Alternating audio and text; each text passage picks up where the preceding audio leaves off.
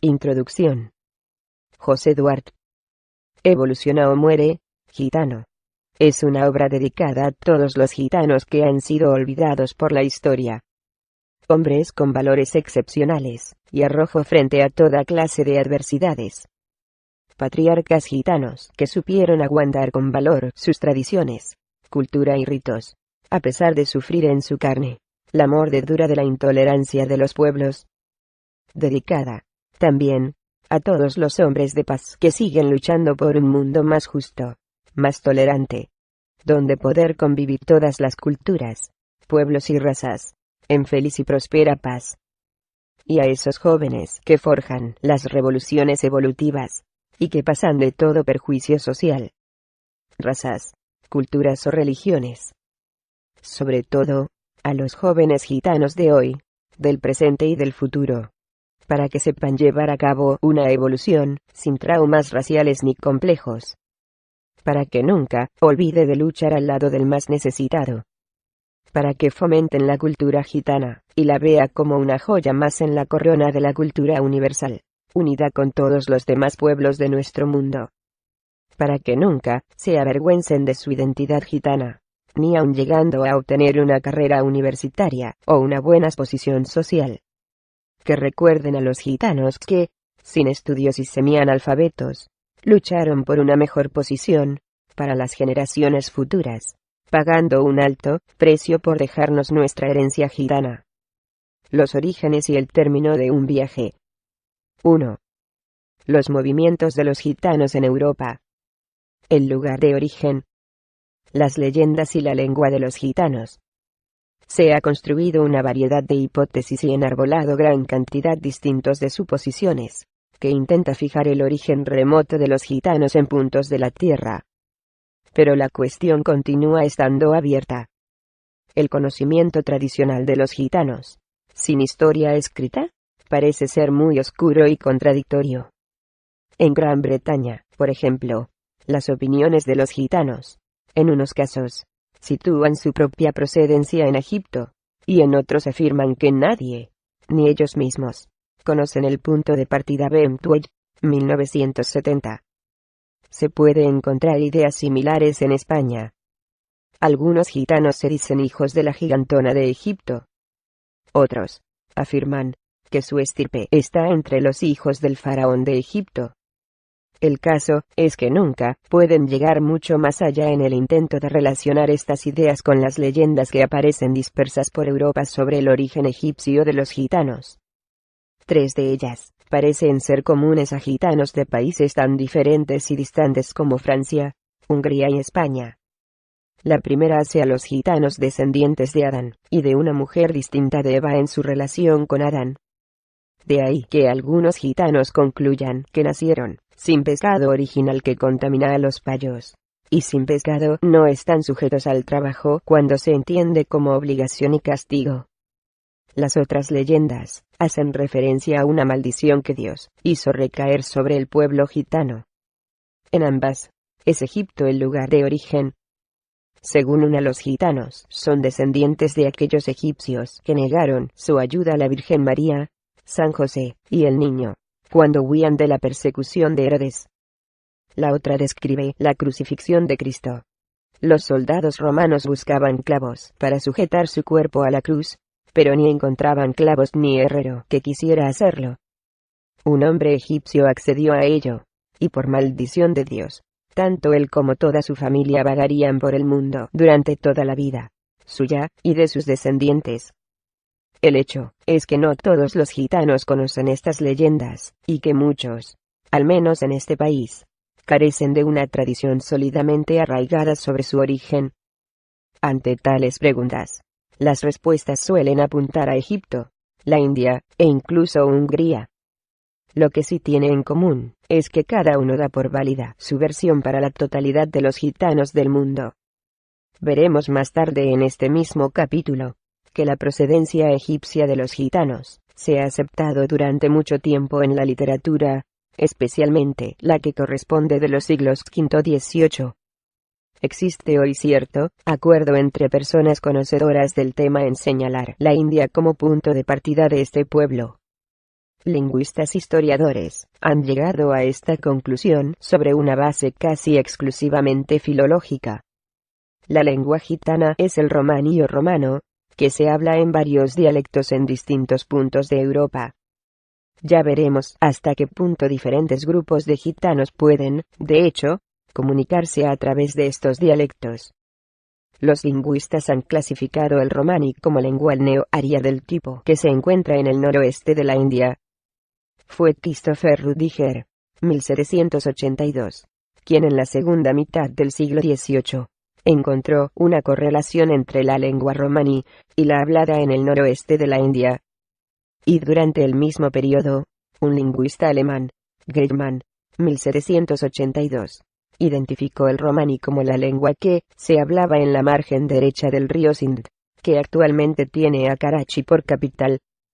Una considerable cantidad de literatura ha versado sobre la conexión hipotética de Sindh con el nombre dado a los gitanos en diferentes partes del mundo, tales como Sindhi, Sincalo, Singaro y Sigaro.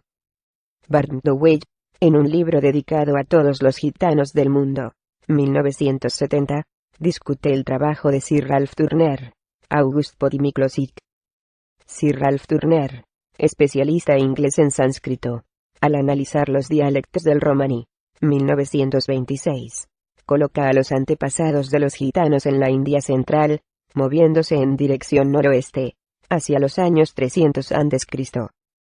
Más tarde, en el siglo XIX, August Podit, 1844, y Xavier von Miklossik, 1872, coincidían en fijar el tiempo en el cual los gitanos habían abandonado el noroeste de la India en dirección a Europa. Escribían que los dialectos arios de la India estaban, en cambio, sobre el año 1000 después de Cristo, transformándose en las formas lingüísticas que actualmente se hablan en el área.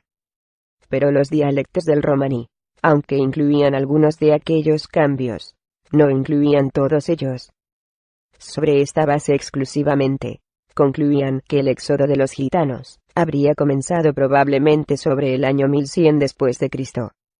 Partiendo de estas investigaciones y de los datos que constan en los primeros documentos relacionados con la aparición de los gitanos en Europa, muchos autores han especulado sobre la posibilidad de que fuera la gran invasión turca la razón fundamental para la dispersión de los gitanos por Europa. Fue a comienzos de los años 20 de este siglo, cuando el Dr. Sampson, 1926, propuso una hipótesis importante sobre el éxodo de los gitanos, compartida hoy por la mayoría de los autores preocupados por el tema. A través del análisis de los dialectos del romaní, especialmente los hablados por los gitanos galeses, reconstruyó la ruta que los gitanos habían seguido en su movimiento hasta el extremo occidental de Europa. A partir de Indostán, habrían pasado a Afganistán, y de aquí al Irán. En Irán, según afirma, tomaron dos caminos diferentes. Algunos llegaron a Bizancio a través de Armenia, y otros pasaron al norte de África habiendo cruzado Siria. Esto explicaría por qué se encuentran palabras greco-bizantinas solamente en algunos grupos gitanos y palabras árabes solamente en otros. Los orígenes de los gitanos y su historia remota se han analizado casi exclusivamente sobre una base lingüística.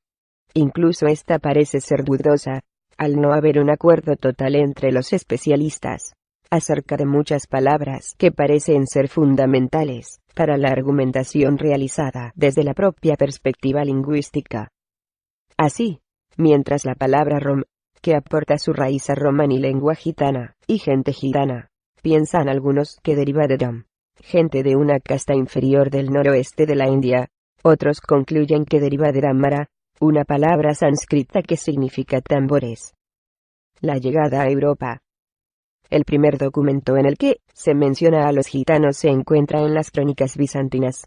Ferrer, 1965. Indica la presencia de gitanos en Anatarlos, en Cilicia en el año 835 después de Cristo. Y por lo tanto, mucho antes del tiempo hipotético marcado para el éxodo de los gitanos de la India por Miklossik, sobre el año 1100 después de Cristo. pero precisamente sobre esta última fecha existe la posibilidad de que los gitanos estuvieran en Grecia, tal como escribe un monje del Monte Athos. Se refirió a unas gentes conocidas por Atzicani, que eran hechiceros y ladrones. Dowey, 1960. Clebert, 1967. Durante los siglos XII y XIV, se disemina sobre el área que se extiende desde el Peloponeso hasta el río Danubio. Hay referencias sobre ellos en documentos fechados en Creta en 1322, después de Cristo. Y más tarde en Corfú, Creta, y los Balcanes. Kleber, 1967. Dowey, 1970. Valaquia actual sur de Rumania, al igual que Moldavia hoy noroeste de Rumania y sudoeste de Rusia, se vio invadida por un gran número de gitanos. Y solamente 16 años después de su llegada, se había decretado su captura como esclavos. Mantuvieron este estatus durante muchos siglos de modo que, en 1835, todavía encontramos documentos rumanos que establecen el precio de los gitanos a los vendedores y compradores de esclavos.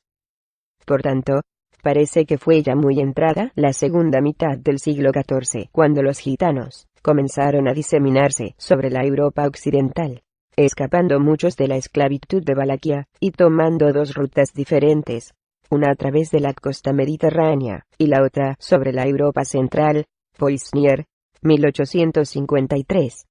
Ferrer, 1965. A comienzos del siglo XIV los encontramos ya en Hamburgo, donde las crónicas nos hablan de un duque y un conde que habían entrado en la ciudad. Münster, 1955.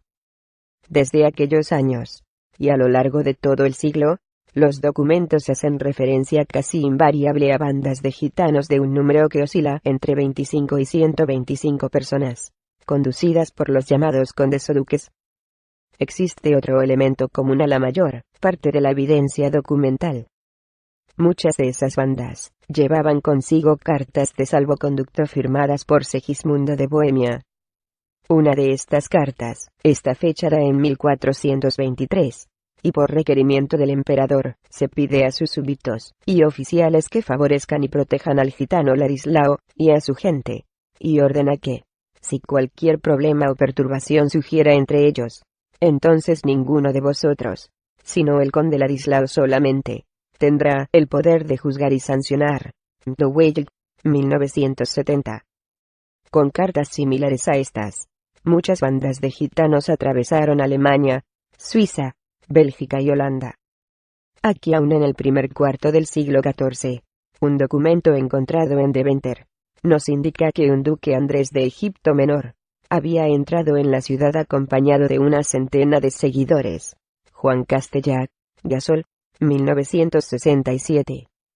Estos condes y duques de Egipto Menor, provistos de cartas de presentación firmadas por Segismundo, ofrecieron la razón por la que los gitanos fueron llamados desde entonces egipcianos, de donde se deriva el vocablo castellano, gitanos.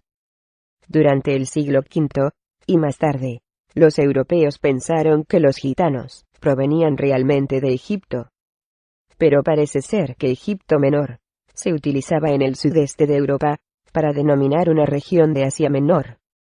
En cuanto al nombre bohemios, o bohemians, tan comúnmente utilizado en Francia, parece estar relacionados con los primeros gitanos que penetraron en el país, y que traían consigo las famosas cartas de paso del emperador de Bohemia.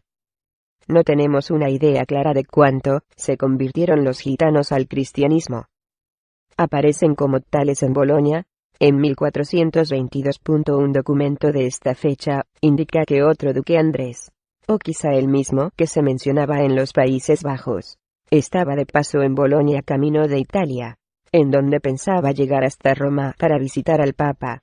No existe evidencia sobre aquella posible visita entre el Papa Martín V, por aquellos años, y los gitanos. Sin embargo, sí existe un documento que nos indica la presencia de los gitanos en Roma en el año 1422. Esto es, en el mismo año en que el duque Andrés dijo en Bolonia que se dirigía a Roma a ver al Papa. En 1427, Otro documento hace referencia a la presencia de gitanos en París. En él se indica que ellos afirmaban ser cristianos en su tierra de origen, pero que habiendo sido conquistados por gente musulmana, tuvieron que renunciar a su fe. Por esta razón, habían ido a Roma para solicitar